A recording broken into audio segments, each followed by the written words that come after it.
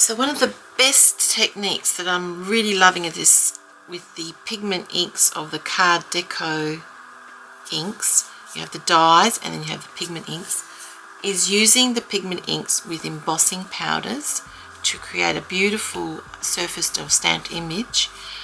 They work a treat, and this is one of the cards I've created using one of the new Naughty and Nice holly leaf. I used it around, created a little bit of a border around my Merry Christmas, and I'm going to show you exactly how I created these images on stamped images, and the blending is all done with the inks as well. So just to show you how I did one of those, I'll show you.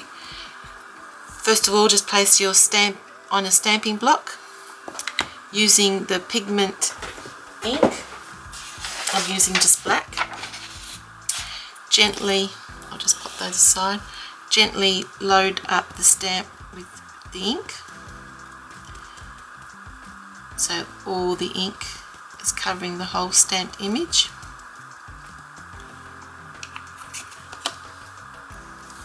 Stamping it.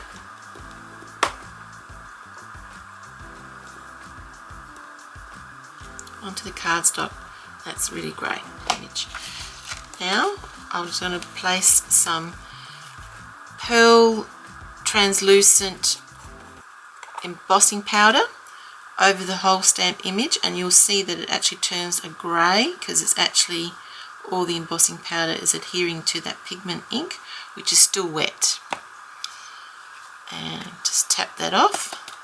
See how it's gone grey? Perfect.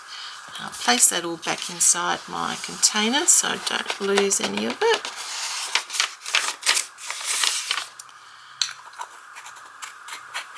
And now with the heat gun, I'm just going to heat that up.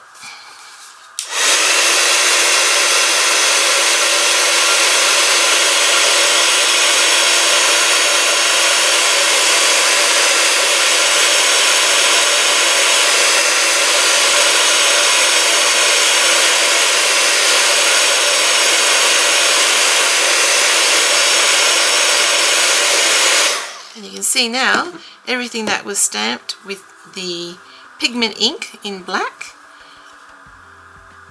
with putting a embossing powder on top, you've actually now got a beautiful embossed image, and that's ready to create or colour in any way you like.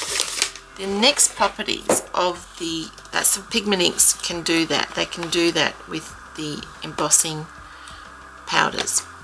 The next property, besides using the dye inks for just stamping, because they stamp beautifully on most surfaces, it's really good ink for stamping, you can use them for colouring in.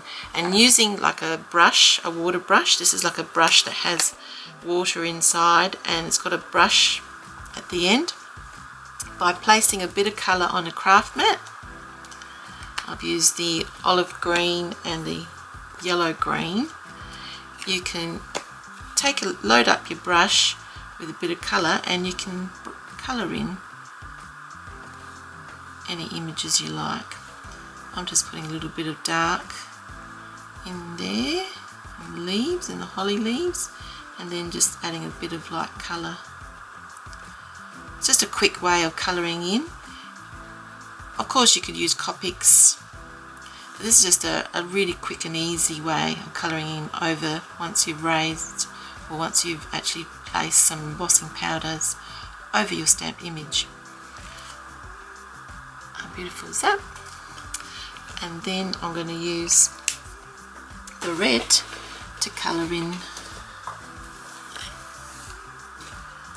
the holly berries. The same with that, just load up a little bit. In there. Okay, that's just a quick way of using the dye inks and as a colouring tool to complement all your embossing stamping. So that's what I did here. I stamped it about 5 times and I coloured in all the leaves and all the holly berries. The shading or the blending are done with the dye inks. They blend in beautifully. All you need is some sponge daubers and I'll show you very quickly how they blend in beautifully.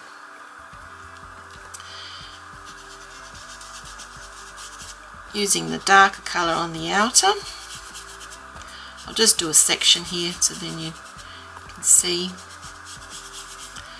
and then the lighter colour going in.